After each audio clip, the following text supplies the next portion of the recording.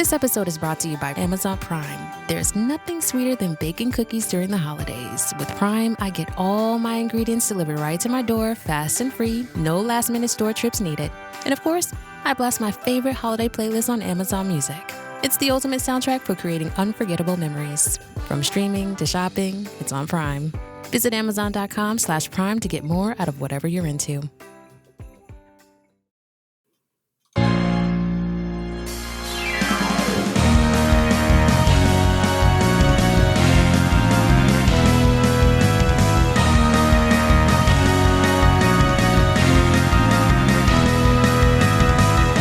Welcome to the Supreme Resort Land v World, a podcast about Disneyland and Walt Disney World, and which is the Supreme Resort.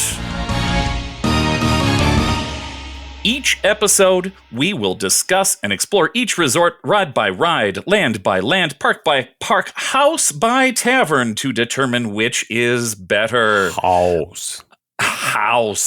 I am your host, Eric.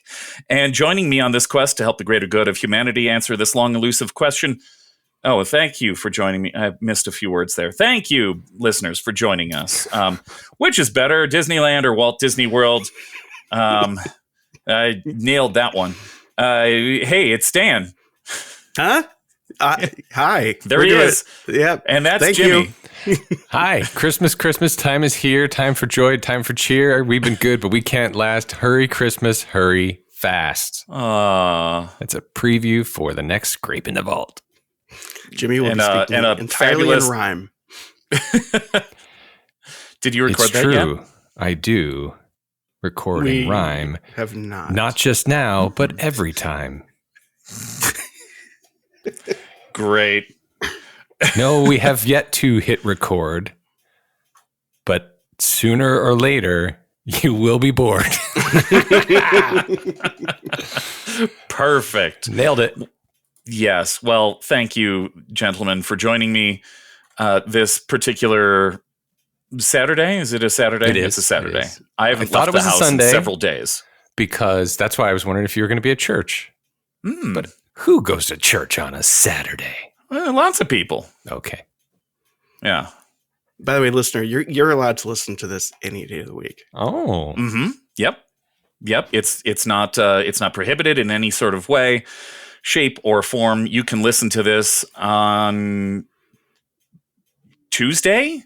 Is that one of the days they can listen to it on? Definitely check Sure. like your local and state laws. I mean, okay. Because Yeah, they that's fair. change from place to place. But Check currently, your local listings. as far as I understand it, you can in fact listen to any podcast any day of the week.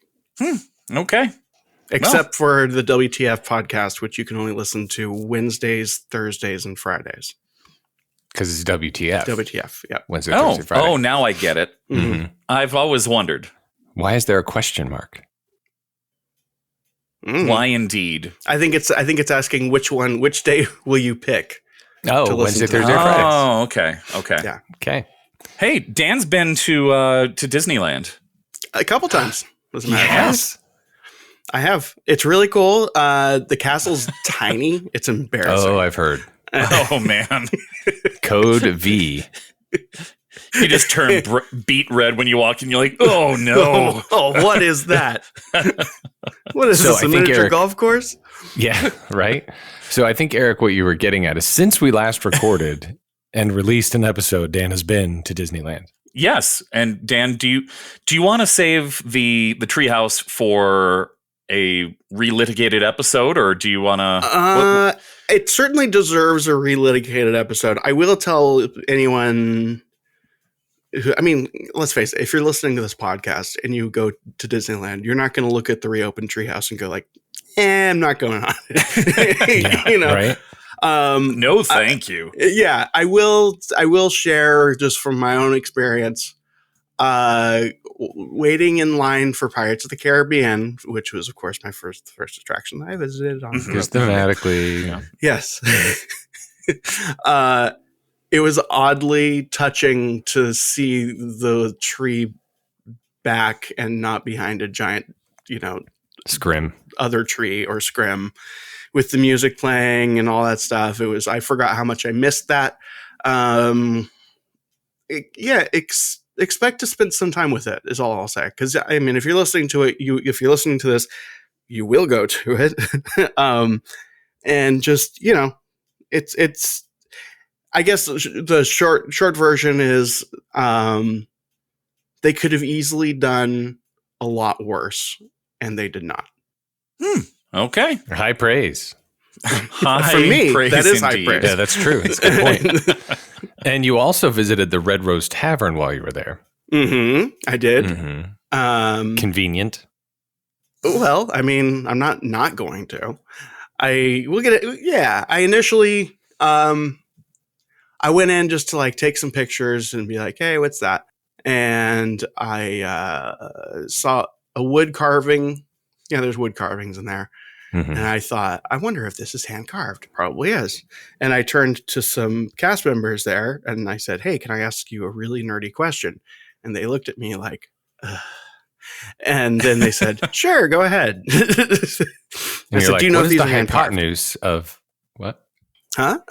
Sorry. And I said, are these hand carved? They said, yeah, I think so. And then they said, hey, so-and-so, a guy who's been here longer than 2 weeks. Do you know if those are hand carved? And they looked at each other, and the guy looked at another person that he was working with, and they said, you know who knows the answer to this question is David.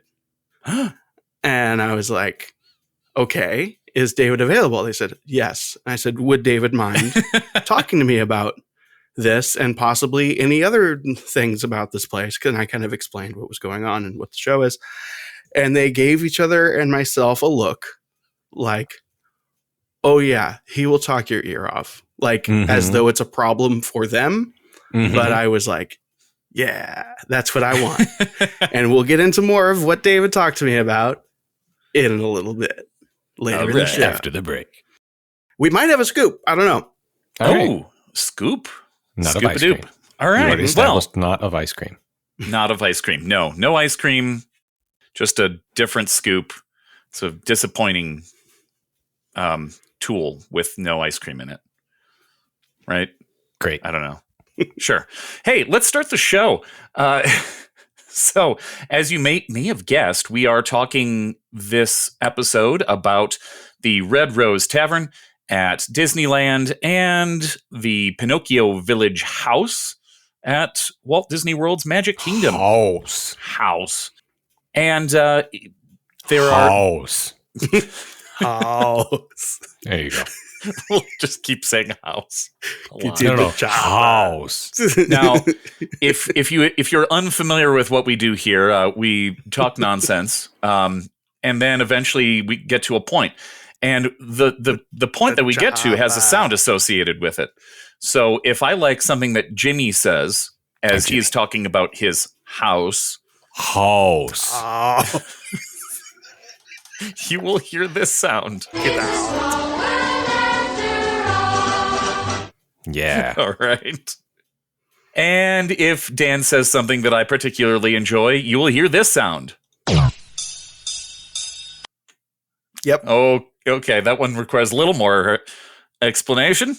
For more explanation on what that is and where it came from, listen to Bowie Splaining and wait for our Heroes episode. Which should happen in months. To roughly 10 months. Oh, great. So if you're listening to this 10 months from now, just tune in now. No, this is entirely, I am entirely, this is an inside joke just for Eric. Okay. And, great. That's inside joke I won't get for a year. Well, and any Bowie fans listening to this, and I mean like actual, like they've listened to all the albums, Bowie fans, they know exactly what that is and why I chose it. You're welcome. Okay. Great. Mine, of course, is Because You Can See It's a Small World from Pinocchio Village Haus. You sure can. I bet we'll talk about that at some point. I have a feeling it's going to come up quite a bit. Oh, gosh. Okay. Well, apparently we're starting with Pinocchio. Because it existed earlier. It opened in 1971 with the park. Excellent. Well, kick us off, Jimmy. What are we doing here? All right. I'm going to give you an overview. I'm going to give you an overview of the restaurant. Okay. And then we will do history. We'll do the dining area, the theming, etc. And then we will do the menu.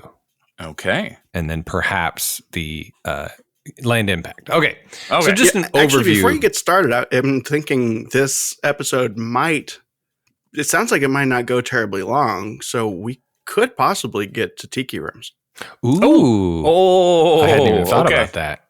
Okay, let me pull man. out my notes here real quick. I got to dust off my notes too. Okay. All right. Okay. Okay. Overview. Pinocchio Village Haus restaurant is a counter service restaurant located in Fantasyland at Magic Kingdom. Also, Disneyland Park in Paris is Au Chalet de la Marionnette.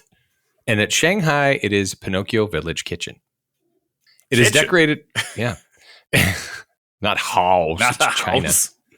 It's decorated with murals and images depicting characters from the 1940 animated feature film Pinocchio. Its menu includes flatbread pizza, pasta, and chicken. Great. That's it. Good opening statement. I also have a very prepared opening statement. Great. This is a Red Rose Tavern. Mm-hmm. Try the great stuff; it's delicious. Yeah. And you would think that by now I would always be prepared with an overview. Did you try the pizza like our Knott's friends? I was going to try the pizza, but I'm not a huge pizza fan, and I'm not, I wanted to eat something that I wanted to eat. Let's see. Overview. It's very similar in a lot of ways. So there's going to be a Pinocchio lot of Village Haus. Yes, to the Pinocchio Village Haus. And so there's going to be a lot of this one too, and then there's also going to be a lot of, but it's different in this way, relating to the change from the original. It was the Village Haus. Okay, let me start over. This used to be Fantasyland. Well, you go to Disneyland. There's a castle. It's very small. And all right, let's move on.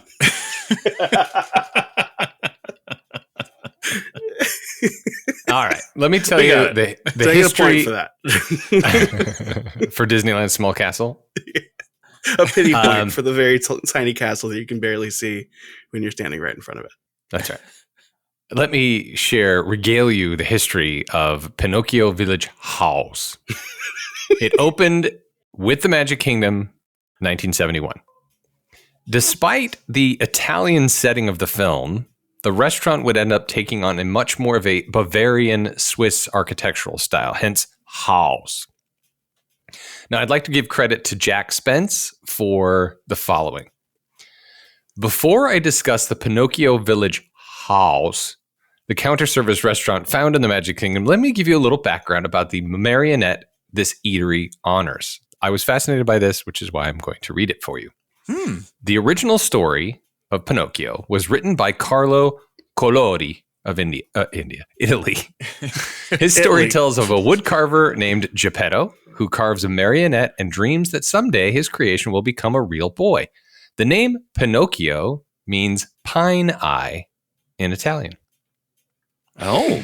The first half of Collodi's story was written as a serial during the years of 1881 and 1882. Objection, you're not allowed to say his last name with a hard accent and then not say story with the exact same accent. Collodi story. Thank you. Thank you.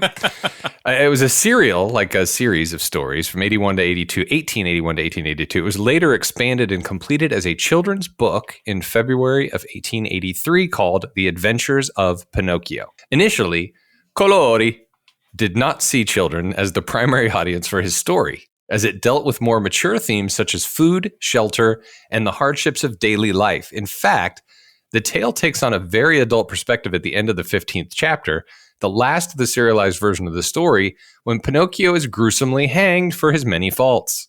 It was Collodi's publisher. Wait, they hanged the puppet? Him. Yeah. Well, he's not a puppet after all. Well, anyway. Collodi's publisher, that requested the story be continued and Pinocchio be brought back to life and redeemed. See a theme here. Collodi agreed and introduced the fairy with turquoise hair to perform this magic. It's in the second half of the book that the tale begins to lean more towards children's literature. The Adventures of Pinocchio was brought to Walt's attention in 1937 during the making of Snow White and the Seven Dwarfs. Walt read the book and immediately knew he wanted to animate the story. Bambi was to be the studio's second animated movie, but the book was proving difficult to adapt to film and would require more time than expected. The project was put on temporary hold. This opened up a spot for Pinocchio. In the beginning, the Disney scriptwriters used many of Collodi's characters and plot points as described in his book, but this wasn't working as the original tale was much too harsh.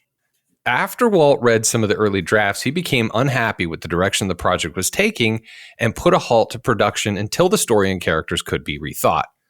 One of the first changes came to Pinocchio himself. Collodi's character was a wisecracking, sarcastic individual. He was tall and lanky, he had a pointy nose, and wore a dunce cap. Walt realized that audiences would not be sympathetic to such a persona and would probably cheer his hanging. Oh, gosh. Walt realized the audience would not be sympathetic and would probably cheer his hanging. Okay. So Walt asked lead animator Milt Kahl, to redesign his protagonist. The revised character looked much more like a real boy. First, Pinocchio went from a tall, adult-like stature to a shorter, childlike height. The dunce cap became a Tyrolean hat. Tyrolean. No, Tyrolean. Saying that right? What is a Tyrolean hat? It's the one he wears. Tyrion Lannister is from the... Oh, yes. Yeah, that's right. It's the one, if you picture Pinocchio that's what a Tyrolean hat is. His long, thin nose was transformed into a much smaller and charming feature, and he went from 5 skinny fingers to 4 pudgy ones. Of course, we all know a typical cartoon character adaptation with 4 fingers saves money. That's right, because he only has 4 fingers. Only his arms and legs retained a puppet-like appearance and with angular dimensions and joints at the elbows and the knees. His personality also went under the knife, so to speak, and Pinocchio emerged as an innocent, naive, and caring individual. Jiminy Cricket. Can I tell you about Tyrolean hats? Yes, please. Okay. The Tyrolean hat, in German, it's Tirolerhut. And in Italian, it's Cappello Alpino. Oh. So Tirolerhut brings that German kind of thing that this restaurant kind of took on. Yeah, it's something that it's a felt hat, and it's Pinocchio's hat. Yeah, there you go. That's it. Like you said. Thank you. Jiminy Cricket also went through a transformation. Get this: in Collodi's version, Jiminy was a minor character and far more cricket-like in appearance.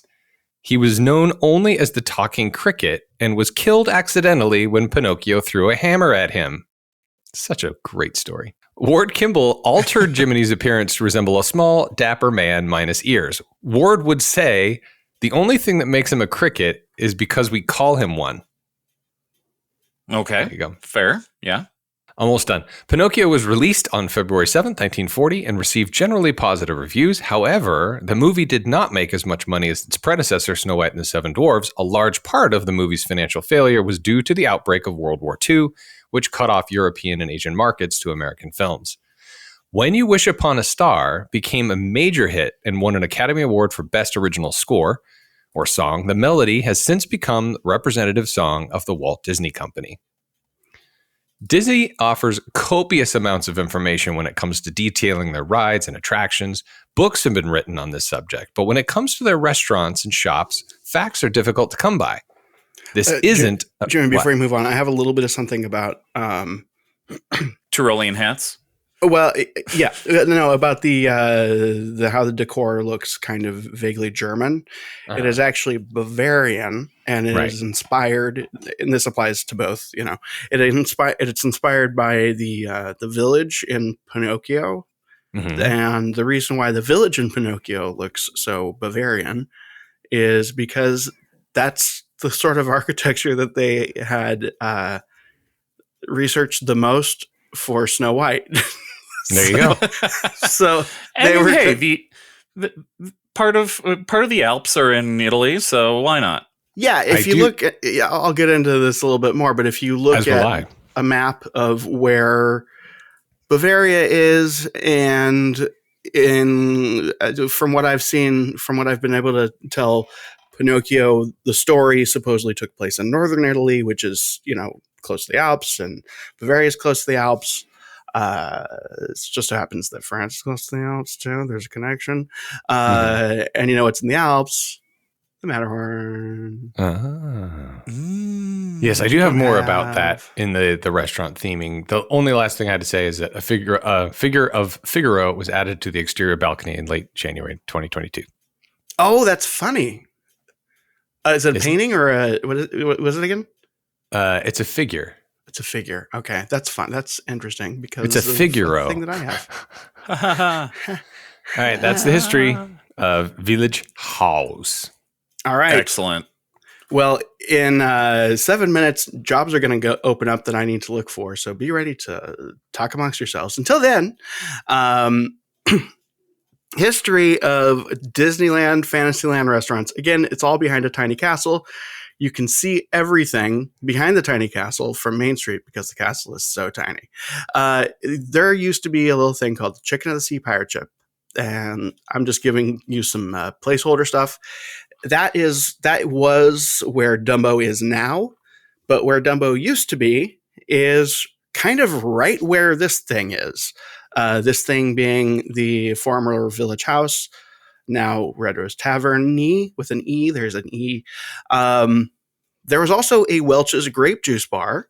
And as soon as I saw that, I was like, that's what it used to be. Nope. The Welch's grape juice bar was in between the Snow White ride and the Fantasyland Theater. So you could go watch your friends at the Fantasyland Theater with the grape juice all over your lips, just like Asher. And then, so they were talking about this theater thing kind of needs to go. What if we put a ride in there? What if we put Pinocchio in there? And along comes the time for New Fanty to be built in 1983. Let's see if I have more on the history. 1983 comes around. They're like, hey, this is a wonderful opportunity. What if we retheme the entirety of Fantasyland, all of the architecture, to this Bavarian style from Pinocchio? Where we kind of did that is in Disney World. So what if hey, look, there's a Village Haus over there. So what if we have one of those? And hey, we can also do that Pinocchio ride that we know and love so much. And so they did. They opened up Pinocchio ride. It's there. It's awesome. And the Village Haus opened its doors. Now, let's see. A lot of the Red Rose Tavern, I don't want to underplay the things that they did do, but they didn't do a whole lot in terms of changing. It used to be a Geppetto's Workshop sort of theme. That's not true. What is actually true is the Geppetto's Workshop was next door. It was kind of a toy shop, and there was wood stuff. It was the shop with 2 P's and an E? What? Was the shop with 2 P's and an E? If it's not, then it should be. Agreed. Very fancy. It used to have little things like burgers. You got a bacon cheeseburger, red cheeseburger, regular cheeseburger, a pepperoni pizza, cheese pizza, all sorts of salads, turkey salad, to turkey club sandwich, chef salad. I really turned the chef into a salad. Fruit salad, side salad, and they eventually expanded the menu a bit to the more refined California palate. They added a pastrami cheeseburger. They had a chicken sausage on a pretzel roll. What else do I have here? They started introducing flatbread pizza, not flatbed pizza. That's a truck. There was also, they introduced a grilled chicken sandwich. Really kind of, this was about the time that Disneyland decided, hey, what if our food was actually good? And they started adding more of those things. Disney World has yet to make that distinction, from what I understand. There were murals depicting events and characters from Pinocchio. Many of them were made to look like tapestries, and this was sort of piggybacking onto a lot of the things they did with fake texture in Epcot Center, with, that looks like a thing that it's not. So you got that. I think there's a lot of the details there Jimmy's going to get into because it was all kind of the same stuff laid out differently. One interesting thing is that the signage was hand carved by a person who did a lot of hand carving for the Walt Disney Company. Probably did the same things in both places, so I'm not going to try to grab points for that. One interesting thing is when you mentioned Figaro is that's my alarm to check the thing. Nope. Do you want to check your thing while I give a fun fact? Give a fun fact. For I'll be out of those of commission you, for like 2 minutes. the behind the scenes cast member only spotlight. If you're staring at the Red Rose Tavern, to the right is a restroom. To the right of that is 2 very large doors. This is a cast member entrance, also a way to convey things to backstage, from backstage. If you were to go through the left door, you're walking towards Frontierland, and go to the left door. That is a cast member alleyway. And to the left is a cast member window where you can order food from this restaurant as a cast member without being on stage. Oh, like a pass-through window. A little backside. Same food. Yeah, same food, better price. And I assume it's still there, because why wouldn't it be? Did you order from there frequently? I did. I sure did. I really liked the Village Haus. Dan and I would go every time, and of course call it Village Haus because it's Haus. Going with the Bavarian theme. I can add this because it doesn't take looking at notes. Their fries used to be the most wonderful fries to dip mayonnaise in, or dip into mayonnaise. You know what I mean? Yeah, mayonnaise. And are you a Belgian? Add a little ketchup, and you've got what they call in Utah fry sauce. Mm-hmm. Of course, it's more seasonings and whatnot. And add tapatio, and you have Manateo. Yeah. I still have a minute before checking. Okay. I did this kind of. Well, are you grasping at historical straws? Should I go back? Should I go to the actual dining? Okay, if I'm being really honest, I have one really cool thing involving Figaro. Oh, it's noon. Hold on. Okay. By the way, listener, if this is still in, you can also listen to this podcast at any time of day. And any speed. Have to be noon. Doesn't have to be noon on a Saturday. Any day of the week, any time of day. What a great service we offer. Yeah, I mean, this is the flexibility that we offer to you. Okay, so speaking of Figaro, there was an interesting thing that happened. They built 2 doors right next to each other, and so they make like an arch, like 2 arches, right?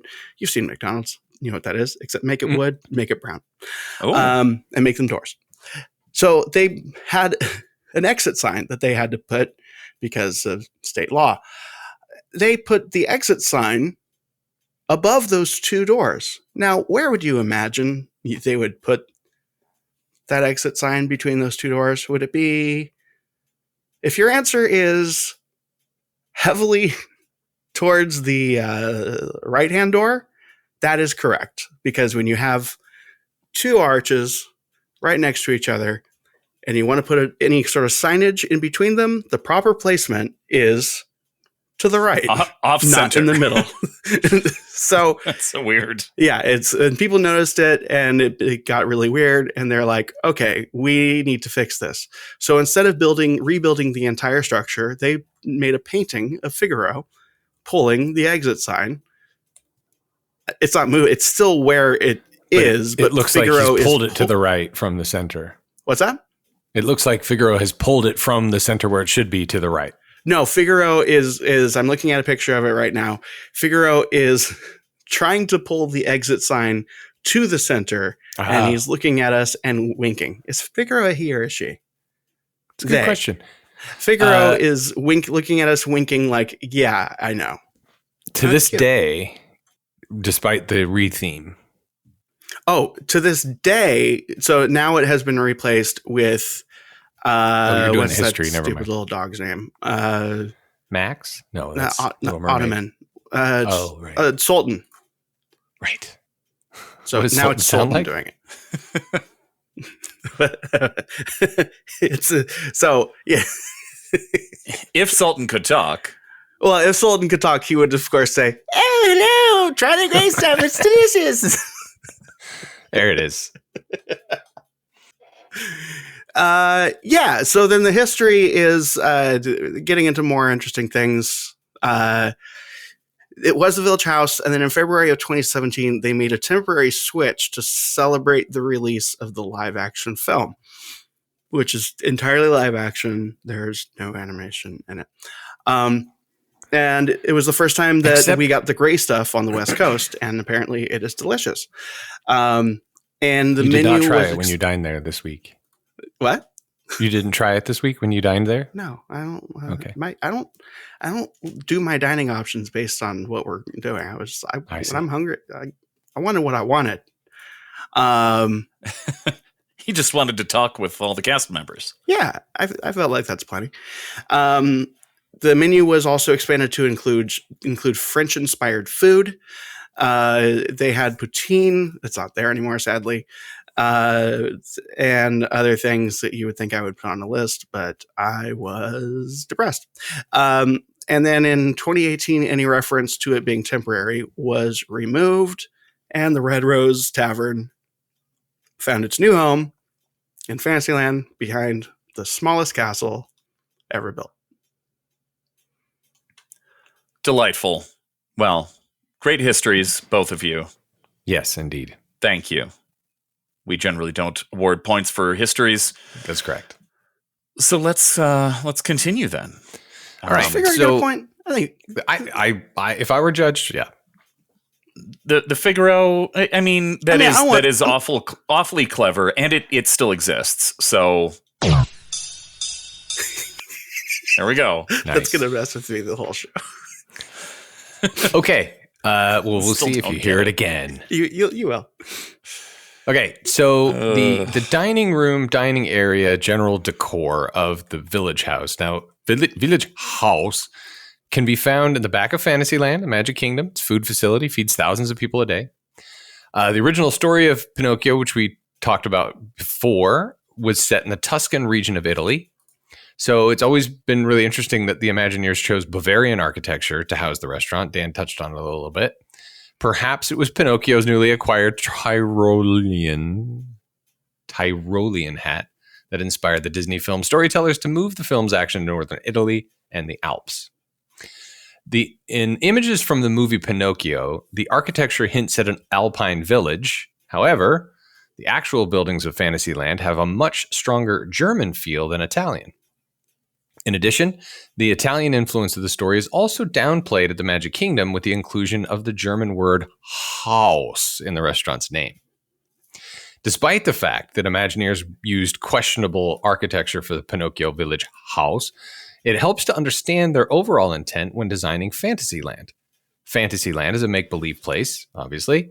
It's supposed to represent a quaint European village that encompasses a number of different regions, all protected by the walls of Cinderella Castle, which is massive and overwhelming. Gaudy, to be honest. For example, too much. All these castles are terrible. Nobody likes these things. I've decided to Goldilocks the castle. There you go. What is it, just right? For example, Mickey's PhilharMagic, Peter Pan, and It's a Small World feature a medieval tournament look, while Castle Couture, Sir Mickey's, and Seven Dwarfs Mine exhibit the attributes of English Tudor. It takes a very large building to house a counter-service restaurant. However, a structure of this size would not have been found in medieval Europe, so Imagineers designed the exterior to look like several buildings. This can be seen in subtle changes in architecture from one building, quote-unquote, to the next, and the different colored roofing tiles and shingles. Upon closer examination, it would appear that some of these structures were designed as places of business while others dwellings. Of course, during this era, most business owners lived above their shops. The numerous weather vanes atop the roofs would represent the various families living below. The word village in the restaurant's name also helps convey that these are numerous small structures, not one large building. And I have more on this. Outside of these shops, quote unquote, which is the restaurant facade and homes, is the village square. This is marked by a fountain/well. Wells were often found in the middle of town and would be the place for the local citizenry to gather, gossip, trade, and obtain fresh water. There are also numerous tables and chairs in this area for outdoor dining. So this is one of the areas you can dine outdoors in the delightful Florida sun. By the way, just for the sake of brevity, basically everything Jimmy is saying in terms of structures and in terms of the decor, Red Rose Tavern, essentially the same, smaller. Correct. Beauty and the Beast. And outside is much more pleasant. Oh, yeah. Also nearby is a bell tower, and this Disney version contains an actual real carillon. In days of old, bells were used to sound the hour and announce special events. The carillon at the Pinocchio Village Haus can be heard every quarter hour. Isn't that fun? Making it feel like a village. You got the village square with the fountain. I don't know that I've ever... You haven't heard the carillon? I mean, I've been there so many times. I just don't think I ever realized that's a real bell. Yep, it's an actual working carillon bell. Is it possibly because you were paying more attention to the giant clock in It's a Small World that was also going off? You can't see it unless you walk through there. Okay. No, probably not. I just never realized it was a real bell. Yes, it's a real, and not to be mistaken, not to be confused with the Beauty and the Beast. It's a different bell. Mm-hmm. A different bell, and not to be confused with the Liberty Bell. That's right. In Liberty Square nearby. Right. Around the corner. The Pinocchio Village Haus has entrances on all sides of the building. Okay. In most cases, these are used for both in and out access. However, during busy times, cast members will man these doors for better crowd control. The main entrance will be used as the only entrance, while the side doors for exit only. In addition, people will not be allowed into the dining rooms until they have their food in hand. This may seem rather strange, but it actually helps keep more tables available. If guests are allowed to hold tables while waiting for others in their group to order meals, the table is out of service, quote unquote, yet not being used for food consumption. Believe it or not, this is in your best interest. Spoilers for future people want to grab specific tables. Okay, so the ordering area, right? This is the main room we're going to talk about, or the first room. The ordering area was designed to resemble a large open-air courtyard. Although it's completely indoors, it's Florida. The lighted ceiling represents the sky, and it is lined with tiled and shingled roofs, so it feels like you're in an open courtyard. Timbered walls, stained glass windows, and ever-blooming flower boxes complete the appearance of a village square. A stringless Pinocchio looks down from above with food and drink in hand, so you know it's a restaurant. What food and drink does he have? Why would you ask me that question, Eric? I'm curious. How dare you? Hold on, let's see. Does he have a big beer like he does at Pleasure Island? Although there are steins in this restaurant, which we'll get to. While Dan looks that up, the Pinocchio Village Haus has a number of dining rooms, each named for and themed after a particular character. The largest of these, what's the largest, you ask? It is the Stromboli room. Now, I've read two. Looks like a stein and a slice of cake. There you go. A slice of cake. That's right. Naughty little liar. Wow. I like it. Now, I read two different accounts pertaining to the function of the Stromboli room, given that it exists in a real alpine village. First, it could be a tavern. This can be deduced by the room's decor with the chandeliers and the mugs and the beer steins found in the overhead shelving. The other account states in an outdoor puppet theater, and this This just in. Apparently, the slice of cake has been replaced with an apple. Nice. Another point for that. Very healthy. So healthy. Very healthy. Well, doesn't he carry an apple in the movie to his teacher? Healthy boy he is.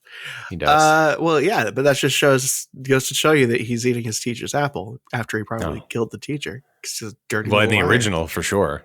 He's a fake child and a liar. So I can't wait until we hang him. That's right. So the other theory is it's an outdoor puppet theater, which can be reasoned by there are several aspects of the room. So there's large stained glass windows that separate the Stromboli room from the ordering counters, and they feature marionettes in various poses. And the balcony on the other side of the room would be the puppeteer's catwalk, the area where he would control the marionettes. And finally, a large fresco on the wall, which reads, Stromboli presents Pinocchio, the Stringless Puppet. Since I don't have access to the Imagineers' thoughts on the subject, I have no idea which, if either account is correct, but in the grand scheme of things, it really doesn't matter. The atmosphere is fun and lively in this room. Nice. Go ahead. I said nice. That's Nice. all. Other smaller dining rooms flank both sides of the ordering area. Each of these rooms pay homage to a different Pinocchio character with colorful frescoes. These rooms include the Blue Fairy, Geppetto, Cleo, Figaro, Jiminy Cricket, and Monstro. If you ever dine in this restaurant, take a look at some of the charming frescoes found throughout the restaurant. They tell the story of Pinocchio, and if you take the time to look at them all like I did. I think I will give you a point for telling the story of the movie that the restaurant is kind of based on. Figaro is a cat. Yes, we're not sure if Figaro is male or female, though. We haven't gotten that. Now, Cleo is definitely female. The sexy fish. The sexy fish. She's got eyelashes. And She big is- lips. Big, Yeah, juicy it's lips. Weirdly seductive, that fish. Sexy fish. Oh, my God. All right. No, I so mean, instead like, of... it really is. Like, it's very clear the animators made the fish sexy, which I think is a bold move. It was yes, it's a great choice for the 30s. Yes, 40s. indeed. Well, instead of frescoes in the sexy fish room, it features stained glass. This is really cool. It features stained glass to give her a watery atmosphere. So it How feels many like you're old looking through pervert glass. like servicemen like? Look at that fish. Yeah. I mean, I don't want to eat it. Maybe it wants to eat. Never mind. like they're in the war and they're like, I got my picture of the fish. It was during World War II. It was. Writing home to their best gal, the fish from Pinocchio. I just Dear sexy fish. my dearest Delilah, I cannot wait until I'm in your arms once again. In the meantime, I've become a Civil War veteran, and Civil War. I have this picture of this sexy fish that reminds me of you. I've lent to the picture of the fish out to many of the servicemen that I serve with here in the Civil War times. When I return, would you be so kind to cut gills into your neck? Whoa.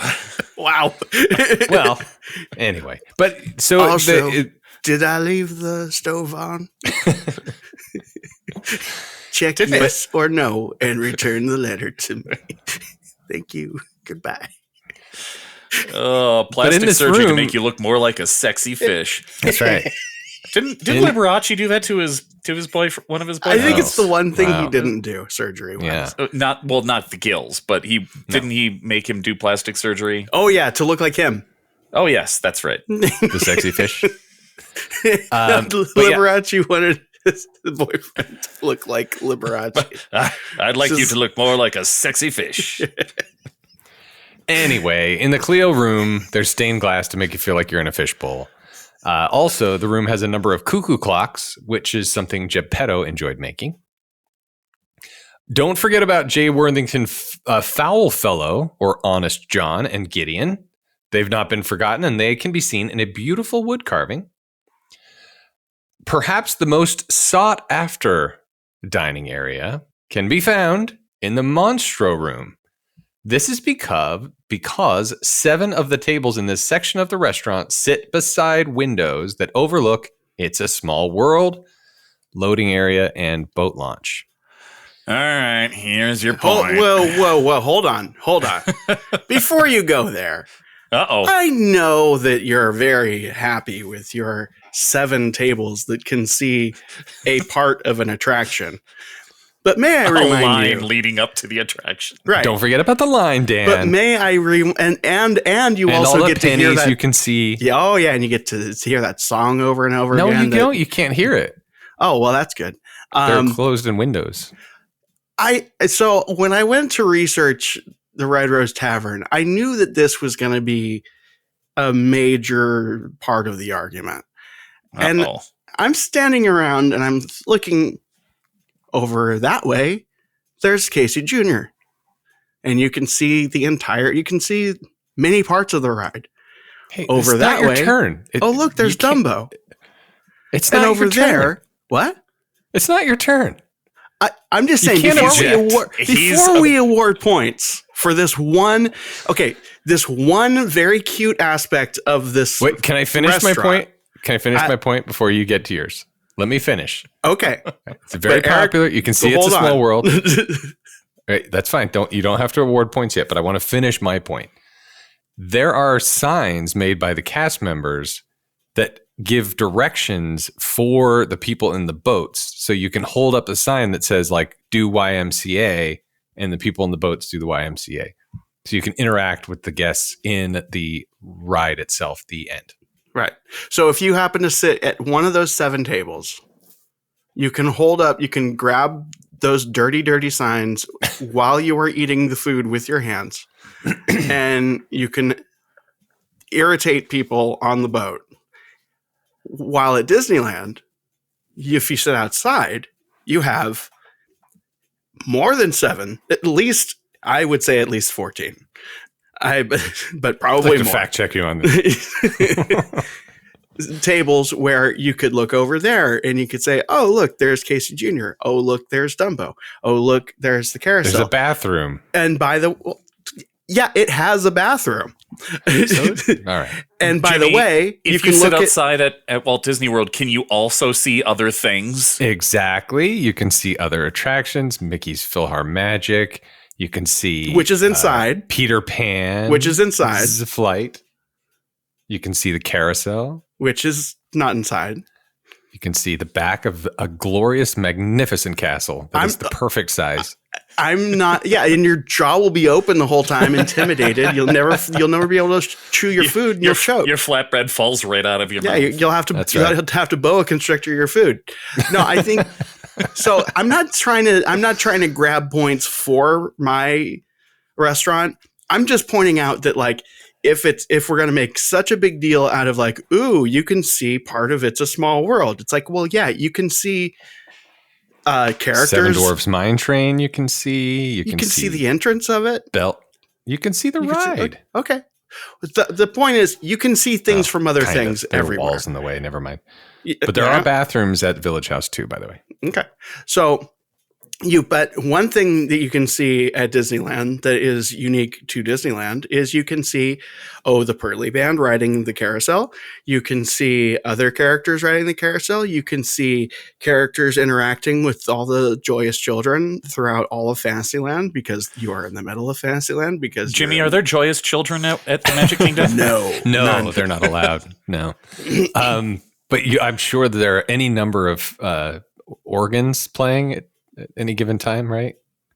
What's the organ thing you talk about? Band organ. The band organ. There's multiple band organs playing at once. Huh. I'm just saying, we're talking about 7. Oh man, it's cute. 7 tables out of like 300 tables. Right. There's restaurant. Yeah. And on top of that, you're going to be elbowing all sorts of Karens to get there. That's also true. Unless it's busy, in which case it's the cast members control the flow of who sits where, like we talked about before. So if it's not busy, you can just jump in. If it is busy, then it's wherever they put you. There's also, Eric, there's also a upstairs dining area, an upstairs balcony, in addition to the downstairs patio, Village Square thing with the waterfall fountain thing. And one last thing about the dining room. If you dine in the Village Haus, make sure to look for the wish book in the dining area. This book is located in the back left side of the restaurant, and there so that you can write your wishes inside.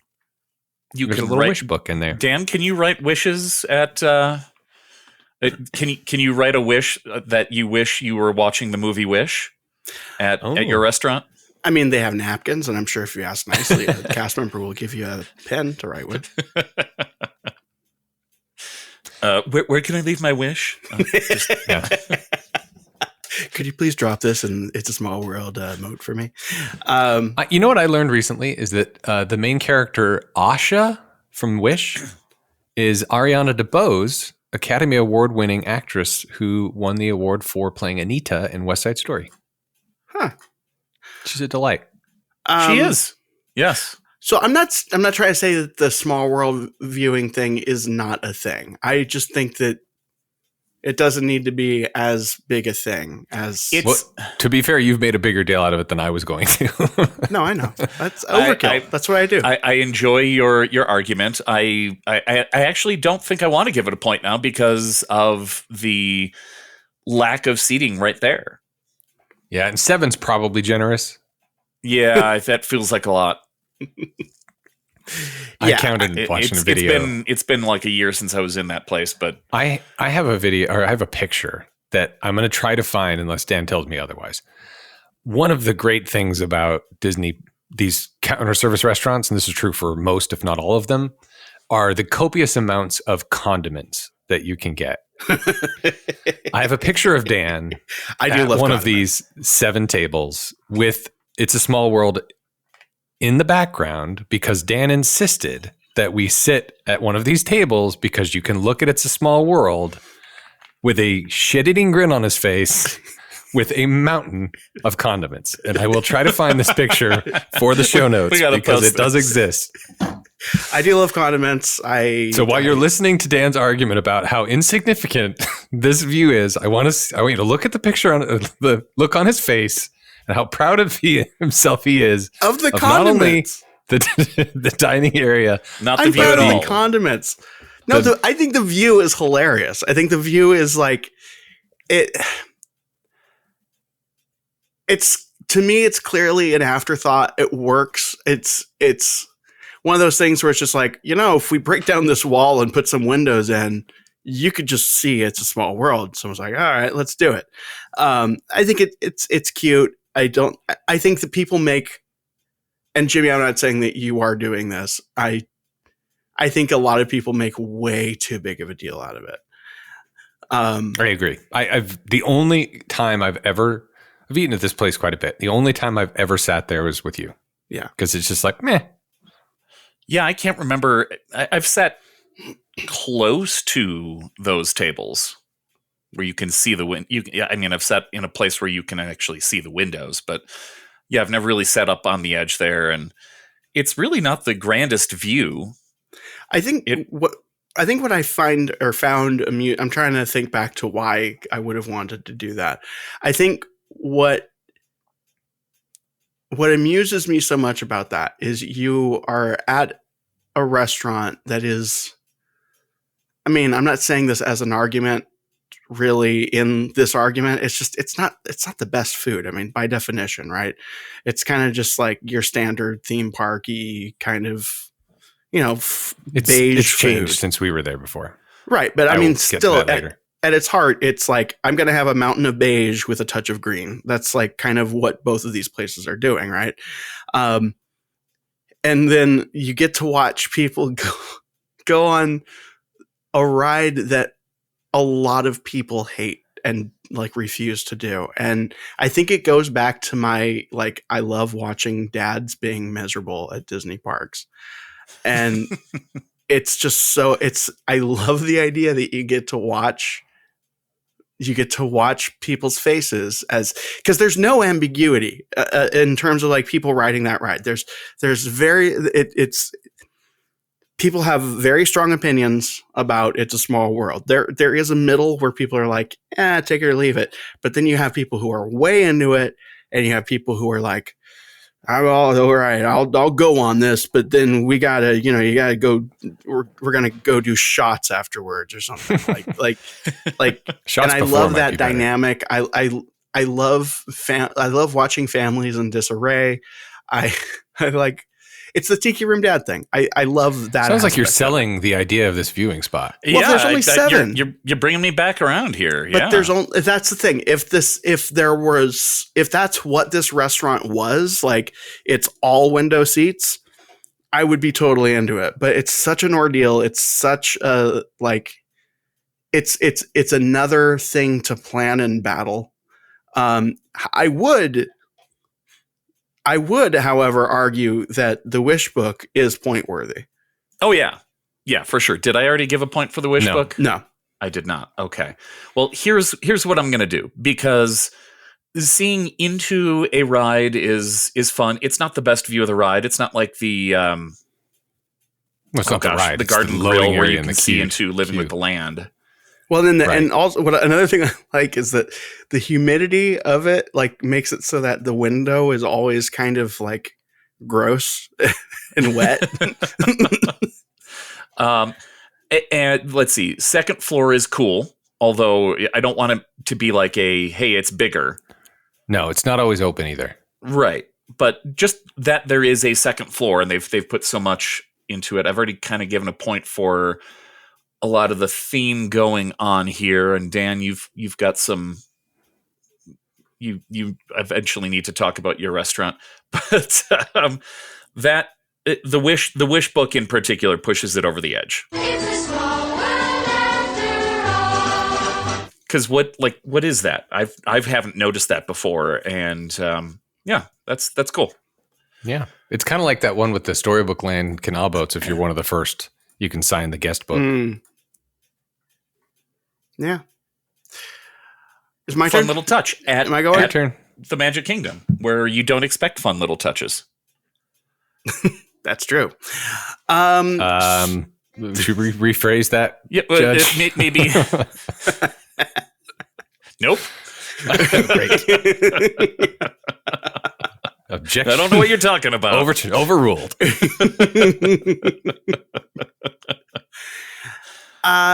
So something that I'm curious about, and this is just sort of a segue, I think, is if you're gonna why make that a really themed building and have the rest just be like Ren Fair cardboard cutout kind of crap at Disney World? I don't know. It's just a thought. Oh, you mean the other buildings that are? They still have the old tent style. I think the point is that this is if you look at a map or look at the thing, this is kind of the center. It's the village square. Yeah. With the little fountain and everything else around this whole Bavarian sort of medieval fair sort of feel. No, I get it. I think I continue to be perplexed by, and this is entirely because of the park that I grew up with. I continue to be perplexed by the like weird uneven effort in Fantasyland at the Magic Kingdom. But I mean, that's not in the interest of this argument or not. It's just a thought. So right. A lot of things apply, like I said, except, make it smaller, and there's not a fountain, but there is like a well with plants in it. It's, it's very, they're extremely similar, but where some of the differences lie is at the Red Rose Tavern.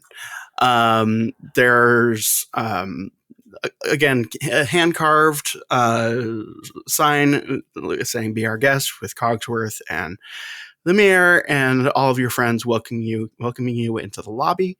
There's stained glass in so many places with a rose motif. You can also see the rose on display in the main ordering area, which is also, again, that open air sort of feel. They made it a little bit darker with the switch to Red Rose Tavern, but in doing that, they just made like the cloth that hangs over a little bit darker. Now, once you get your delicious food items, which we will get into what they are later, you have a choice of sitting on the Gaston side or the Belle side, like a wedding. And these two characters famously did not get married, but whatever. On the Gaston side, things are very dark. There's lots of wood.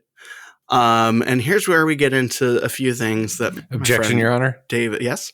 It's not Gaston. Huh? It's Gaston. Gaston.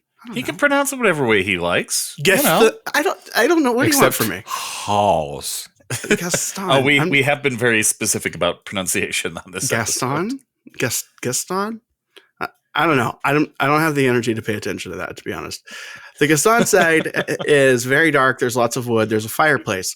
And around his area, you will see multiple types of antlers. Now, why does he have multiple types of antlers? Because he was a hunter. And there's also a portrait of him. And there are many antlers around that portrait. Now, why are there so many different types of antlers, you might be asking yourself? Each one represents a region of France. Oh. Point, please. How do they represent different regions of France? Because the animals that they come from apparently are hunted in these regions. Can you tell me one of those animals? Jackalope.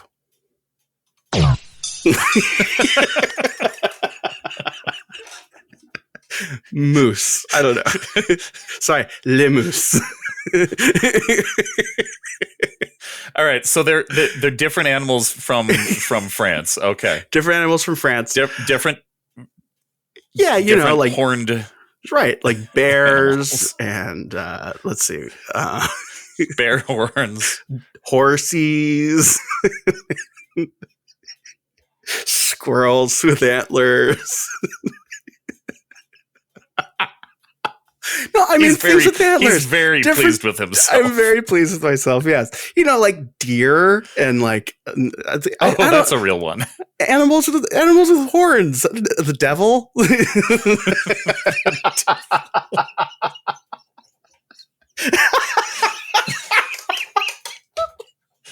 So far you've named 2 actual animals that have horns. Right. There's different types of deer. And the devil. Okay. Look, there are different types of antlers from different animals that have different kind of horns. They're like, I don't know, let's say they're all deer, but they all live in different French neighborhoods. I don't know. I'm trying to understand this concept, and you've made it significantly worse. That's what I do. That's why I'm on the show. All right. What else about the Gaston room? Right. So there's that, and then again, there's a lot of wood. Sometimes Gaston will come through and say hello to everybody. He'll get into arguments with the employees, because it's Disneyland, so they have the free roaming characters that kind of just do what they want. Which, understandably, Disney World doesn't have that, because if you were to have Gaston come in, all of a sudden there'd be a line out the door. So I understand why that element doesn't exist there, but still it doesn't exist there. It is one of the things that I really appreciate about Disneyland. Right. So you can kind of get unofficial character dining just by going to some of these places, which, again, it's almost unfair for me to bring it up, but I still am, because I'm trying to win something. Yeah, and I'm curious if I'm going to give you a point for it, because is the devil one of these characters that walks around? Is he wearing a red? Does he come out from the Mr. Toad's ride and start walking around? No, he comes out from the kitchen, because that's where all the hot stuff is. Ah. Oh. Yeah. All right. Okay. Okay. So then you have, on the other side, you have the Belle side. And again, you have, the various decor stuff that was talked about with the Pinocchio Village Haus at Disney World, but it's Beauty and the Beast stuff now, right? And then on the Belle side, They have newly opened up the library, which used to be Geppetto's Shoppy. And you can eat your beige food in there, surrounded by Belle's books. I don't know why I had that first on my notes. That's very confusing. Also on the Belle side, there are cabinets and shelves with servingware and books because, she's a lady and she reads. That's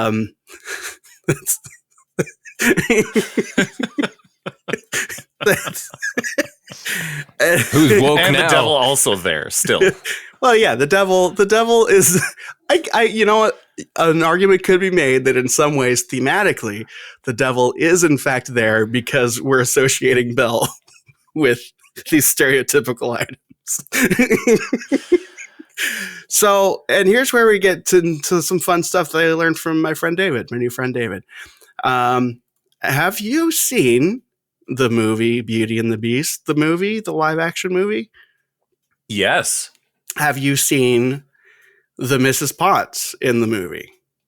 Yes. You can also see the Mrs. Potts and the chip from the actual movie at the Rose Tavern. Are they real props? They are real props from the real movie in which there is fake animation. That is pretty great. You can also see Cogsworth. You can also see Lumiere. You only get the one. I know. I'm just going for the one. So if you are going there, or when you go there, rather, you can find these items. They are, if you look for the picture frames. So, for example, there's a picture. There's a cabinet that has all sorts of servingware, because of those reasons. And on top of it, there's a picture frame. And right in front of that picture frame is Mrs. Potts and Chip right next to her. And the reason for the picture frames is because when you've been in the movies and you're a movie star, you like people to notice you. Oh. So that's for people to notice that they are there. And I got confirmation from David. These are actually physical objects that were used in the movie. Again, I understand just one point. I'm just further clarifying. No, that's cool. That's very cool. It is cool. I agree. It's very cool. This one should win. And you also he's in the making an argument for his thing. That's weird. Yeah. Now, if you step outside and you look up on the tippy top of the building, But Dan, if you step outside, then you can't see Mrs. Potts and Chip anymore. Well, you take them with you, and okay. You do a smoke bomb to avert attention. You're like, you're coming with me. I should have mentioned this again at the beginning. On the top of the building, you will see a weather vane, and that weather vane is a rooster. Why is it a rooster, do you think? How would you describe France? Well, how would you describe Gaston's personality? Oh, that's a stretch. Objection. That is exactly what was pointed out to me. Mm-hmm. So David pointed this out to you. Yes. I would only believe him if he was related to some Hollywood celebrity. Well, he's not. So, Okay. No, but he, I'm trying to pull a point out of that. It's just something I forgot to mention. Jimmy, how many weather vanes are on the Pinocchio Village Haus? Have you noticed the weather vanes in Fantasyland? Have you noticed each weather vane matches what it's sitting upon? This is a Magic Kingdom. It does. If you look at the vane on top of Pinocchio's Village House, you see gestures on the vanes because of the theme of the area is that a royal fair. Right. If you look at the weather vane on top of Peter Pan's flight, you'll see the croc. Same here. There you go. I'm just pointing out a thing. Why There's a lot to learn about weather vanes. Yeah, it's the same thing here. It's just here because it's a tavern weirdly operated by Belle and not Sebastian, Gaston. Belle and an unrelated character. No, Belle and Sebastian is a band. Movie. Yeah. I'm just pointing out that they have a rooster on top, and that's it. You can also see in the ordering area there's a nod to Geppetto. in the form of the menus, it's the same menus that there are at the other park and that have always been there, and they're hand-carved clocks. You can also see, and this is probably the case at Disney World, over 100 hidden Mickeys. David offered to point out several to me. I said, please don't. No, thank you. No, I am not that person. Thank you very much. You threw down the smoke bomb and ran away again. So, yeah, that's kind of the decor. And I realize it's kind of vague, but it's essentially the same building, but switch out the characters with characters from Beauty and the Beast, and you kind of have the same idea. And yeah, there's paintings, there's murals. It's the same, but Beauty and the Beast. Yeah. I very much enjoy that there are hand-carved things, and some of the touches are very nice. Both are very nicely themed. Yeah, apparently Disneyland is winning at this point, but it's anybody's game, I think. Yeah. Eric, this is not a game. Oh, I'm sorry. It's anybody's very serious art. Rigorous court battle. So speaking of hidden Mickeys, one of the stained glass windows in Fantasyland's Village Haus restaurant has a dancing Pinocchio, and the decorative pattern on his shorts are hidden Mickeys. Not looking for points, just pointing it out. Okay, if you look above you in the hoarding area, you can see 3 onions, and that's a hidden Mickey. And end of 3 list. loaves of bread, and that's a hidden Mickey. And if you look at the stained glass, which is made out of circles, there's a spot where it's especially a hidden Mickey. Buy the book. Hey, everybody's got hidden Mickeys. Buy the book. We have a. By the way, listeners, we have a. Your attention, please. This episode is brought to you by Indeed. We're driven by the search for better, but when it comes to hiring, the best way to search for a candidate isn't to search at all. Don't search. Match with Indeed. Use Indeed for scheduling, screening, and messaging so you can connect with candidates faster. Listeners of this show will get a $75 sponsored job credit to get your jobs more visibility at Indeed.com/MBO. Terms and conditions apply. Listeners, I'd like to announce that we are putting out our own Hidden Mickeys book coming soon. It's Dan's favorite Hidden Mickeys. It's a 50-page book with nothing inside.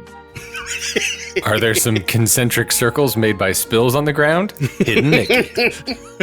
It's what it is they just Jimmy and Eric got me drunk one night and they said, "Hey, let's turn on the speech to text on our phones, and Dan, tell us all about how you feel about hidden Mickeys, and most importantly, how you feel about people who obsessively hoard the experience of seeing them."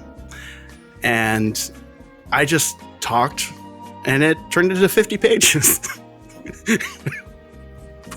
Which may as well be a true story. We should do it. The first This is a good way to write books. Coffee table book. Just there are no pictures. No. Multiple volumes of things I am irrationally angry about. Maybe it's just a picture of Dan with all those condiments. All right, so should we talk about the food? The food?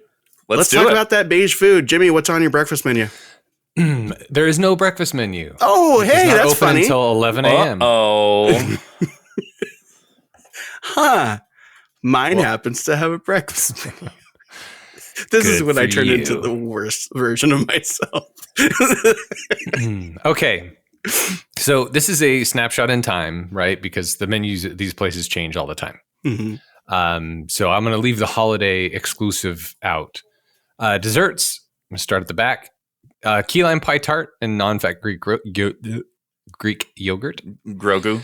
Entrees, which means to enter. So those are in France. Entrees are actually appetizers, but that's beside the point. This is not France. Okay, so we have an all-meat Minus. flatbread, a buffalo chicken flatbread, gourmet cheese flatbread, pepperoni flatbread, Caesar salad with chicken, and chicken strips. Now you can get plant-based. You can get a plant-based cheese pizza, sides, breadsticks, French fries, Caesar salad, and tomato basil soup. Is there a gluten-free option? Well, hold on. Uh-oh. There are kids Disney check meals. You get ham and cheese kids pack and a turkey sandwich kids pack. Kids meals, pepperoni flatbread, and chicken strips. There are, of course, assorted beverages, which I will not get into. Now we have the gluten-free, wheat allergy-friendly menu, which is larger than the other menu. And you have an egg allergy-friendly menu. A lot of flatbreads. Basically the same menu, but just allergy-free, egg-free. Then there's a fish and shellfish allergy-friendly menu. And then there's a milk allergy-friendly menu, including all-meat pizzas, et cetera, a peanut tree nut allergy-friendly menu. Jimmy, don't forget that if you order from the allergy menu, one of the naughty children from Pleasure Island. Thank you. We'll come and make fun of you. That's fine. I accept it. But I just think it's so you've got the main menu, kids meals, and then gluten wheat allergy 1, egg allergy 2, fish shellfish allergy 3, milk allergy 4, peanut tree nut allergy 5, sesame allergy 6, soy allergy 7. There are 8 menus to accommodate virtually everyone in the world. I'm sure that's true in California as well. I just thought it was interesting that it was all listed. Yeah, there is. There's a lot of, we do the grasping at straws thing on the show. They're definitely grasping at straws in terms of like, we also have this. You're like, it's the same, but you call it. It's the same different. thing. It's still chicken strips. You can call it gluten all you want. It's the same thing on the main menu, but it doesn't have fish in it, so you're good. The gluten-free flatbread was pretty good, though. I bet it was. As far as gluten-free crusts are concerned. So basically, it's a flatbread, chicken strip, salad restaurant at the end. Does that meet any particular theme? Other than flatbread's kind of like pizza and Pinocchio set in Italy, that's all I got. Great. Dan. Well, would you like to hear about the breakfast menu first? Oh, yes, please. Okay. By the way, the breakfast at this location. By the way. Yes. For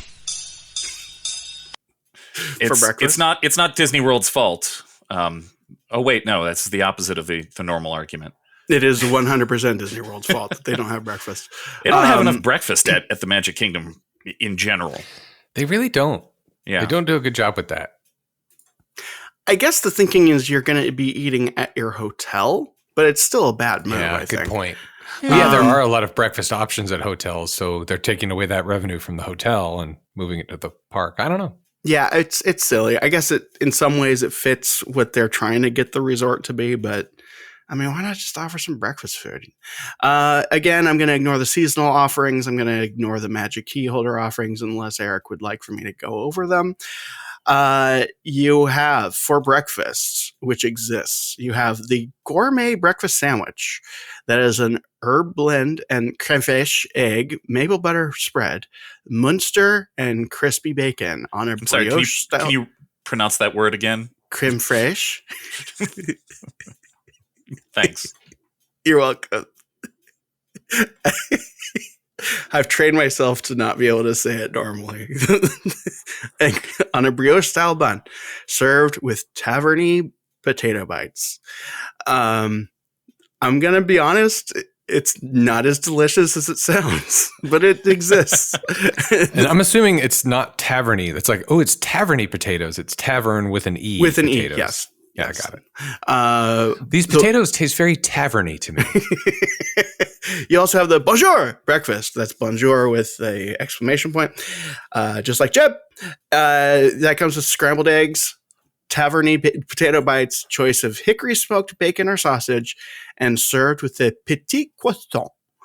You got the royal chiffon. Very French. So French, the most French, muy French. You have the royal chiffon pancake served with guava strawberry sauce and choice of bacon or sausage. And we have our plant-based options, which is the Little Town Harvest Bowl. It has quinoa, roasted mushrooms and cauliflower, arugula, tomato, taverny potato bites, and spicy lime aioli with an umlaut. I didn't know that was in there. You could also just get some taverny potato bites on the side. And so many beverages. You've been to a quick service restaurant. You know how that works. Then, also, I don't know the exact times, but I believe from my memory, this is a point grab. This is just for the listener who cares. I believe that this location serves breakfast later than any other location. Oh. Possibly as late as 11. I know as late as 10:45. Whereas the Galactic Grill, I think, stops at 10:30, which is, it's ordained by God. Breakfast shall not happen after 10:30. For lunch and dinner, we have, again, ignoring seasonal and Magic Key holder offerings, we have the size of a barge potato bites. These are taverny potato bites topped with cheese sauce, ground beef, caramelized onions, special sauce. Rye croutons and breakfast fresh chives. Served from 8:30 a.m. to 11 a.m. There we go. We also have the chicken cordon bleu sandwich. That is a fried chicken fillet, crispy prosciutto, sure, Swiss cheese, spinach, and Dijon mayo on a toasted bun served with cuties, mandarin oranges, or taverny potato bites. We also have the Jimmy, does anything on your menu have a Pinocchio-y name? No, unfortunately, it does not. There's no themed Pinocchio entree items. Oh, wow. But much of the food is the same color as wood, so that's kind of a theme. I mean, all these flatbreads are very colorful. What do you mean? I know. I'm making fun of both of our restaurants here. And nothing on my menu tastes taverny. Okay, that's fair. We have the provincial cheeseburger. That's a 3rd-pound Angus beef patty with cheese, pickles, house-made signature sauce on a brioche-style bun, served with cuties, mandarin oranges, or taverny potato bites. There's also the Les Tenders de Poulet. That's also known as chicken tenders. I know Jimmy loves it when I speak French. Chicken tenders with taverny potato bites and choice of dipping sauce. Here we go. There's the Petales de pepperoni flatbread. This one's for real. I don't know how to say that. That is I don't know artisanal. what you're trying to say. It's a pepperoni flatbread, okay? But they put a French thing on. I appreciate the point, Eric, that you gave Dan, because mine don't have anything. But this menu just seems like. Did you ever see the movie Better Off Dead? French fries. Yeah, just because it's got French dressing and drink Peru. Hey, they made an effort. Somebody had to sit chicken cordon down. bleu is not French. Well, maybe it is. Well, but hold on. You picked the most right, the most French of all of the things. Hold that on, are not French. We'll get there. You also have the pizza au fromage, which is a cheese flatbread. And for people who just compared this restaurant to Better Off Dead, which is a great movie, by the way, you have the spiced lamb sausage flatbread. That is house-made merguez sausage flatbread topped with fresh basil pistou. That's how you say it. Mozzarella, honey lemon, ricotta, and grilled pearl onions. Plant-based. We got, salade du jardin. That it's a kale mixed, shredded carrots. Do we have to go through every ingredient? Because I didn't do that on mine. Yeah, I think we're good. I think we get it. Disneyland tried harder with their menu. You also have the Candelabras Flaming Burger. That's they tried harder with the words. They tried harder with the foods. We're good. Better. You can also purchase a reusable cutlery set. He's still going. What's in the cutlery set, Dan? It doesn't say. How much? How many tongues on the fork? It is $9.99. There's also you can get a Mickey Mouse shaped glow cube for your beverage for $6. Are you sure it's not just 3 circles that happen to be near each other? 3 ice cubes that happen to be chips dishes. This is the kids menu is chicken tenders. They didn't French it up. They didn't do poulet. Whatever, you kids, deal with it. And then I all do sorts of appreciate allergies. that they called it chips dishes. That's fun. Yeah. Yes, that's nice. Yeah. And Chip is himself a dish, which is fun. Oh boy, not like the fish. No, not that kind of a dish. Not that dish. Gotcha. He's a piece of servingware, which is why he's Bill's friend. For the reasons we've talked about before. Okay. The end. We good? You got your point. Okay. What else do you want to talk about? I don't know. Well, just I guess the last thing is the land impact, area impact. So, yeah. But my argument is that, as I discussed earlier, Fantasyland. This is the new Fanty in Orlando. It consists of sort of 2 areas. You've got the castle, which is ideal size, and a castle courtyard. Inside the courtyard, you have the medieval fair. You've got Peter Pan, PhilharMagic, the carousel, Small World, and the Village Haus, which is the village center. It's like town square, and it's themed appropriately to town square. Once you exit the castle courtyard, you get into other Fantasyland, which has those other architectural styles we talked about: Seven Dwarfs Mine Train, Winnie the Pooh, that kind of thing. So as it relates to this part of the land, it is in fact the centerpiece of this land. First thing beyond the carousel, obviously, but it's the thing you see from all vantage points of entry. Coming from Liberty Square, you see the Village Haus right away. Coming from the other Fantasyland, you see Village Haus right away. Coming from Main Street, beyond the carousel, you see Village Haus. So it's kind of visible from all of Fantasyland. So I think it has a bigger impact because of that, and it's also the main bathroom in the area. I also have a bathroom. Land impact for Red Rose Tavern gets interesting because, as we all know, the Fantasyland at Disneyland is themed to a Alp, basically around the idea of the Swiss Alps and the related areas. I did several searches to see, for example, where Snow White was, where historians have decided that Snow White was where the story supposedly took place. I know it's not a true story, but and also same thing with Pinocchio, where that supposedly took place according to clues in the text. Same thing with Beauty and the Beast, where that took place according to clues in the text. And they all kind of take place if you were to draw a map of, and also I looked up Bavaria because of the theming is Bavarian. If you look up all these things, there's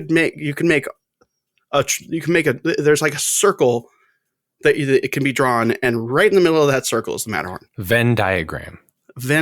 Well, no. I mean, like if you were to take the route, I don't know how to explain it. It's a visual thing. Basically, what I'm trying to get to is that Red Rose Tavern adds a French area, which is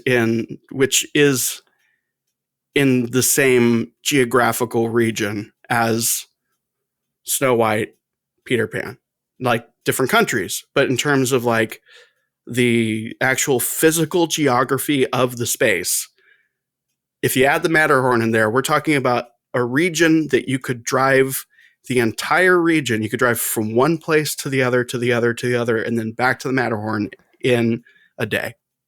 I'd like to object. Famously, England is an island, so you can't drive from Peter Pan to the Matterhorn. Well, I suppose, but that's a train. Okay, well, this is all. There's a channel tunnel that you can drive Is there through. a drivey one? Yeah. All right, fine. There's a drivey one. In the middle of Jimmy, it, you have to immediately switch sides of the road and then move your steering wheel to the other side of your car. That's right. Famously. I take your point, but geographically, where is Peter Pan in relation to these things that I just connected? Peter Pan's in London. No, I mean in the park. It depends on which. Well, it'd be east. Across what? Across the courtyard, right? Stroller parking lot. Yes. So I'm just saying that these things being connected adds a stronger. You're trying to.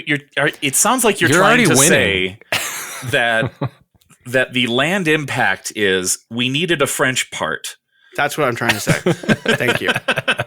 That is exactly, and it fits and all that. And I take the point about Peter Pan and Mr. Toad, but that is across the courtyard, right? Again, this is all stuff that I've just kind of put together.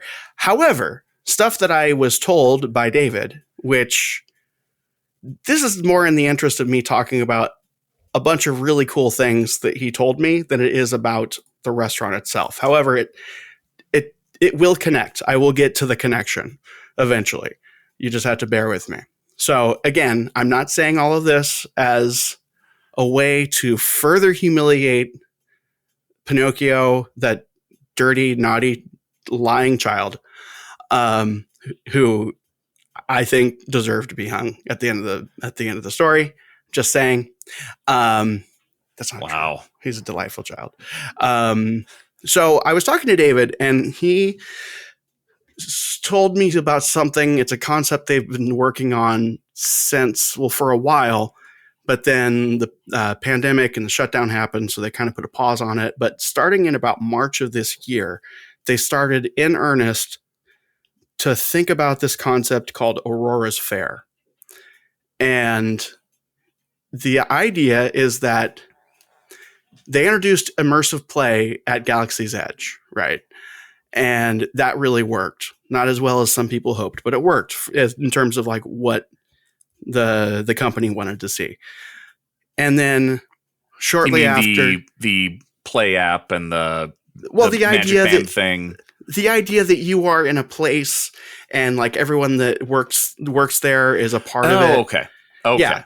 So like, when you go to Galaxy's Edge, you go to Batuu, and everyone there is, whether they want to or whatever, on whatever level, they are all a part of that environment, and you are visiting them, right? So apparently what they talked about was, this is something that works and we really like it, and we want to eventually introduce this immersive play idea to all the lands. And that's partially why they shut down Toontown. I mean, mainly they needed to shut down Toontown to make the changes that they wanted to make. But within that, they introduced more ideas of immersive play. And I mean, that lends itself really well to Toontown because you can shut it down. Nobody really cares because it's like outside the berm. And when you reopen it, you have, again, the people who work there, they live in Toontown. They're not obnoxious about it. It's just sort of this mythology that exists if you want to engage with it. So they decided at some point, this is all according to David, who is not just some random dude. He's like in charge of implementing this stuff. Apparently they said, okay, this is going well. So what if we, again, apply this to every land? Let's start with Fantasyland, because we can't really shut it down. I mean, they can, but you can't. And so if we can make it work in Fantasyland, then we know we can make it work anywhere else, because Fantasyland is potentially the most just disjointed, most difficult. Again, you can't shut it down. You can just kind of make changes around it. Mm-hmm. So they came up with this idea of, it's Aurora's Fair, and you are visiting this village, and the villagers and everything in it have just woken up after 100 years of slumber, because Sleeping Beauty. What's that? Jimmy's. What? Oh, you looked up David? That's him. That's the guy. Found him. So let's see. The villagers are all celebrating Aurora's awakening after 100 years. Everything was asleep. Aurora is not a queen yet, and in this reality, she never will be because it's all kind of frozen in this moment that you are in. So they thought this through a little bit more, and they decided. So she's commissioned this fair. King Arthur and Merlin have brought their carousel to celebrate. Merlin brought the Sword in the Stone as like a, hey, let's see if you can do this wacky thing. The circus also visited. The circus is also visiting. That's why we have Casey Jr. and Dumbo. Casey Jr. brought Dumbo to the fair. And this also establishes why these flat rides exist as flat rides, because they're temporary in the world of Aurora's Fair. Now that you're probably wondering, what about the teacups? That's an excellent question, because the teacups and Alice in Wonderland and the Mad Hatter shop are all in the Told You Wood, which is part of the village, or it's just outside of the village, rather. And the Mad Hatter is having his tea party all the time. He built his Mad Hatter shop because he's a hatter, and he built this ride in tribute to his friend Alice. Now, you're also probably wondering, what about It's a Small World? Storybook Land? We'll get there. It's a Small World is the international port where people come and go. And all the children of the world welcome you, and they all sing It's an international port. That fits. Storybook Land is actually a part of the town. It's just a smaller part. Get it?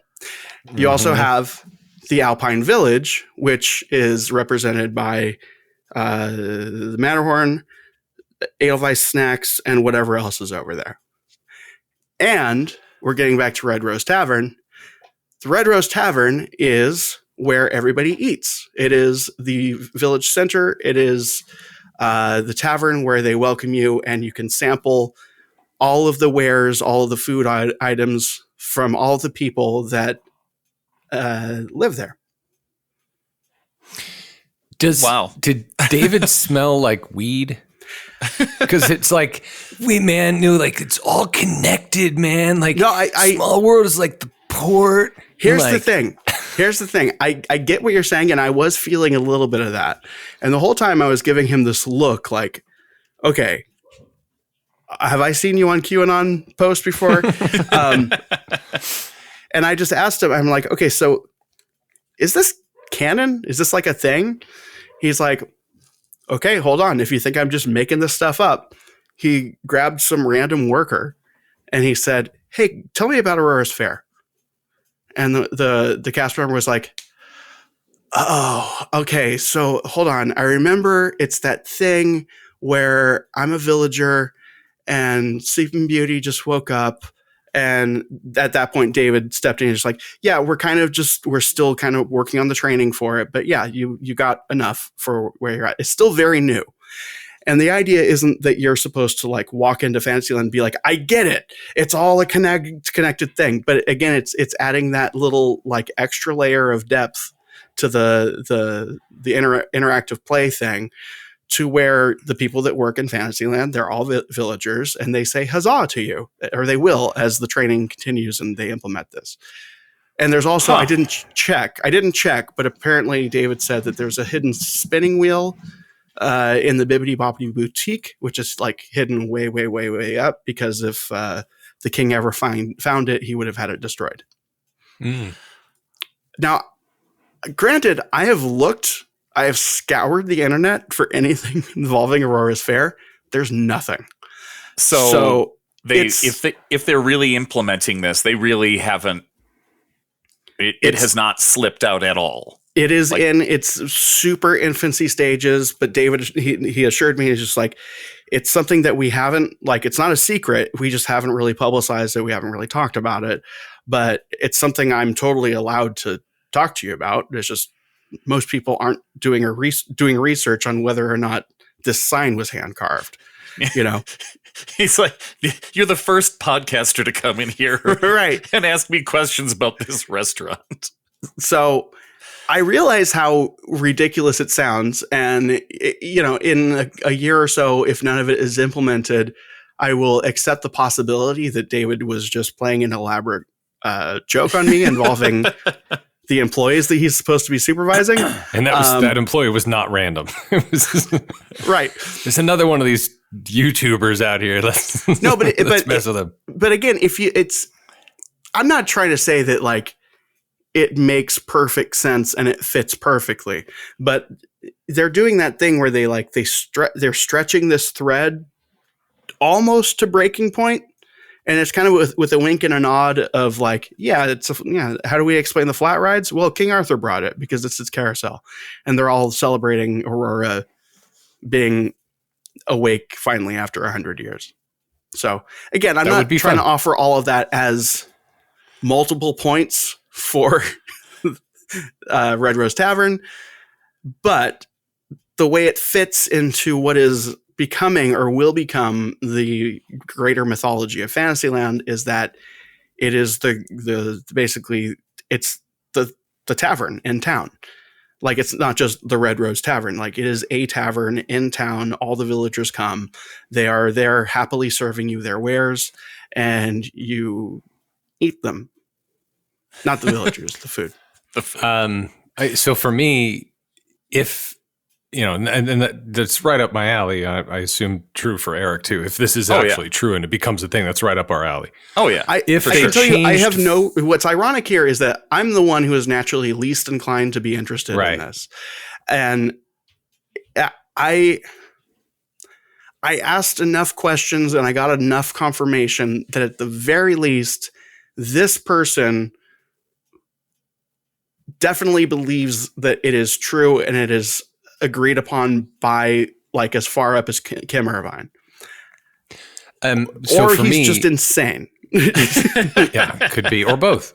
For me, if they're going to go all in, if this is true and they're going to go all in, if they changed the land to Aurora's Fair, that would be, I'd have so much more buy-in. You know what I mean? Right. Like if Galaxy's Edge is back to, this is Aurora's Fair, Tomorrowland is now Buzz Lightyear's whatever they end up doing. You know, let's do that, because then you're not limiting yourself to theme like they do now. Right. And I think that's the idea.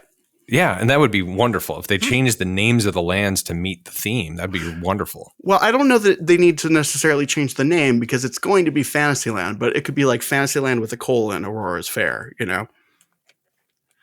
Or Aurora's colon. Or Aurora's colon.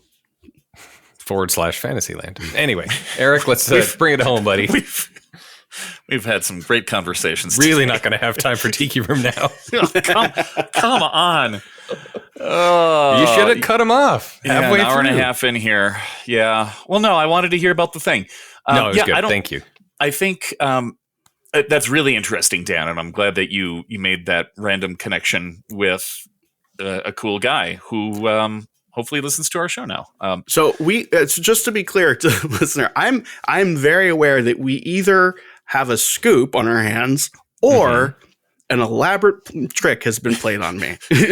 Yes, and David, if you are listening, thank you for taking the time, and Dan, thank you for actually investing, because that's not in your nature to strike up those kind of conversations with people. So thank you for the sake of the show. Thank you for that. Mm-hmm. Excellent. Well, I think where I've arrived as far as land impact is both are doing the same thing. Dan, you have argued that this is the town center and this is where everybody hangs out and eats food. And Jimmy, you argued the same exact thing. That's true. The difference is mine is currently that. Dan's is the future state of that. Dan's might be that.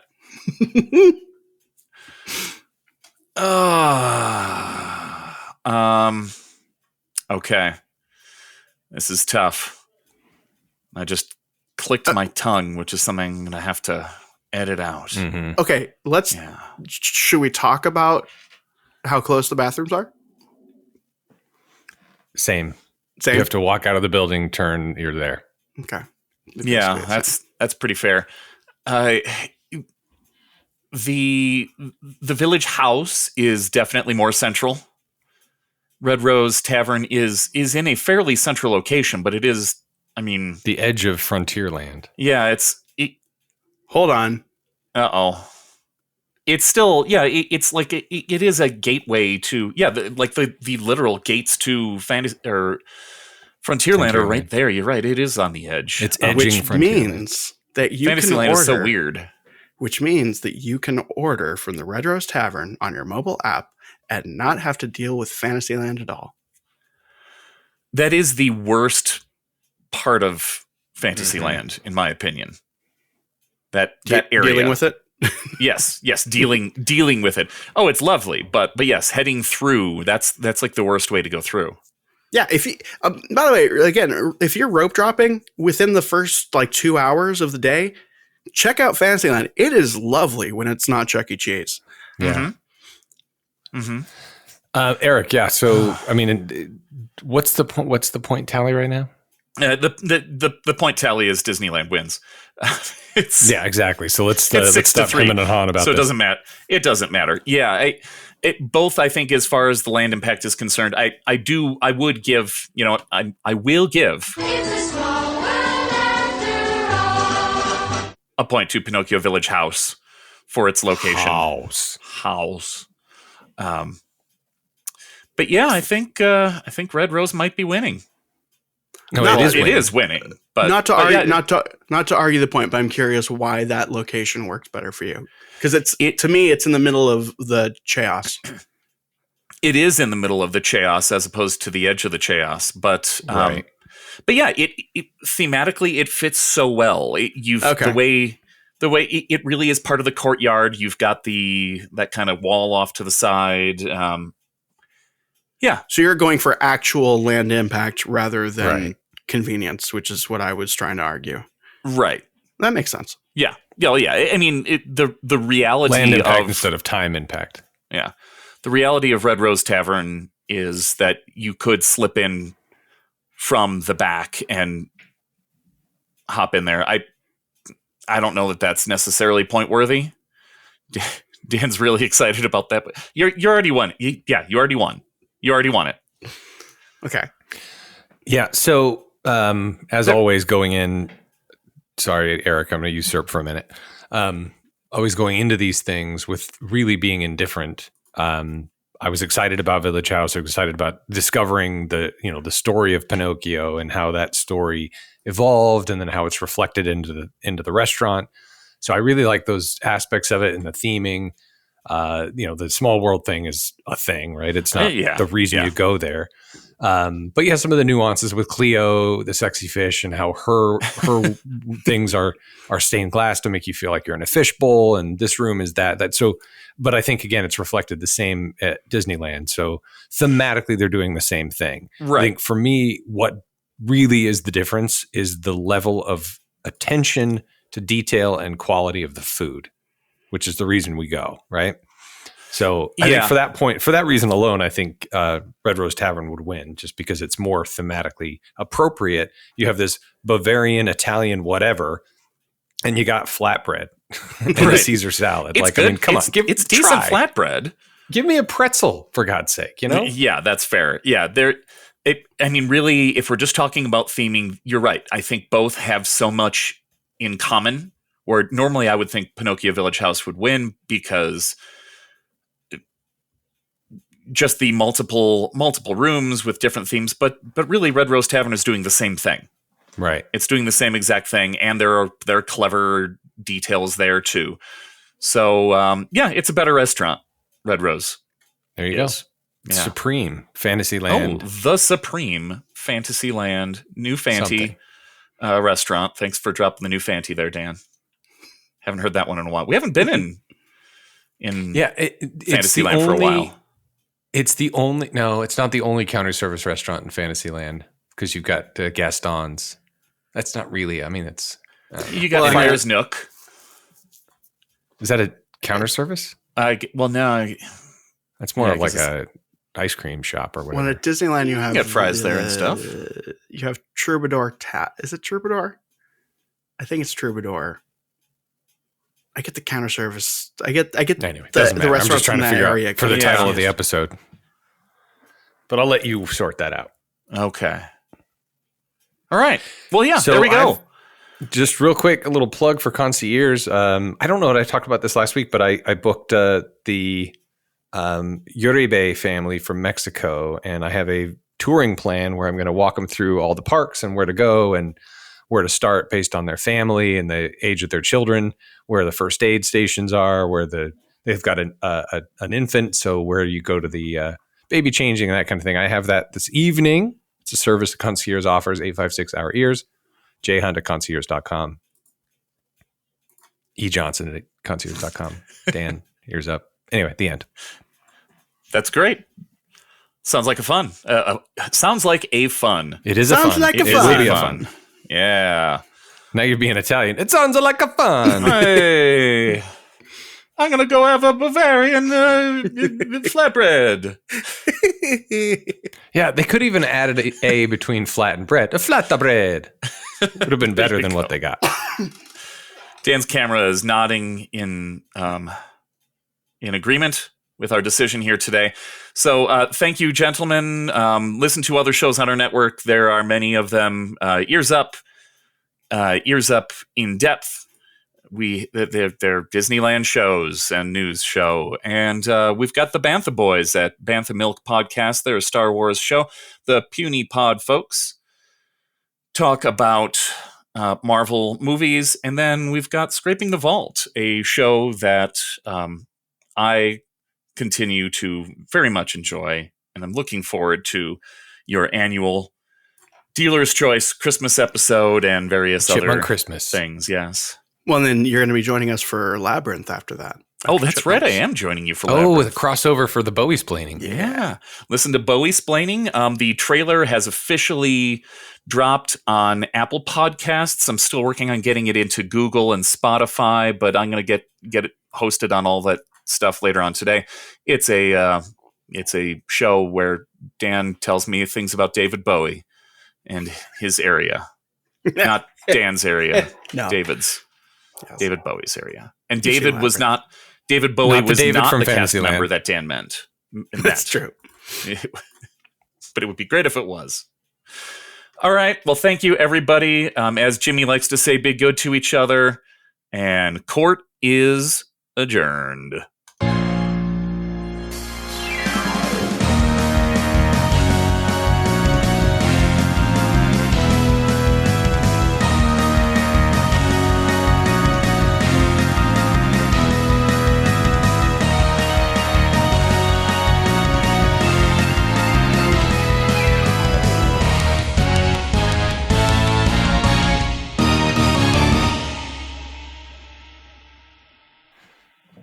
Think you got that right.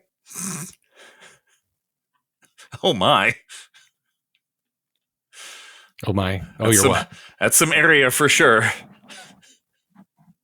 are you talking about? Look at the chat. Oh.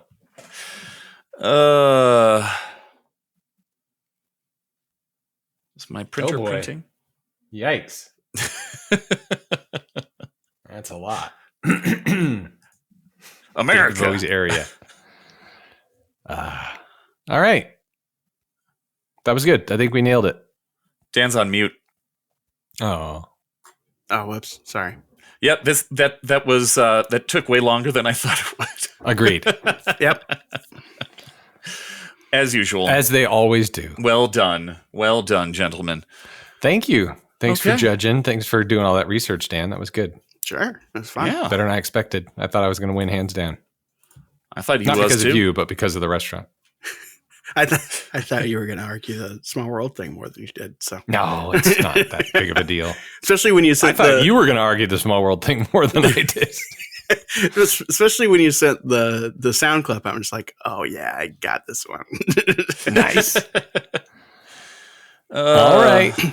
I'm going to stop sitting now. All right. Yeah, my legs started cramping toward the end there. That was weird. Can't stand up till we stop recording, though.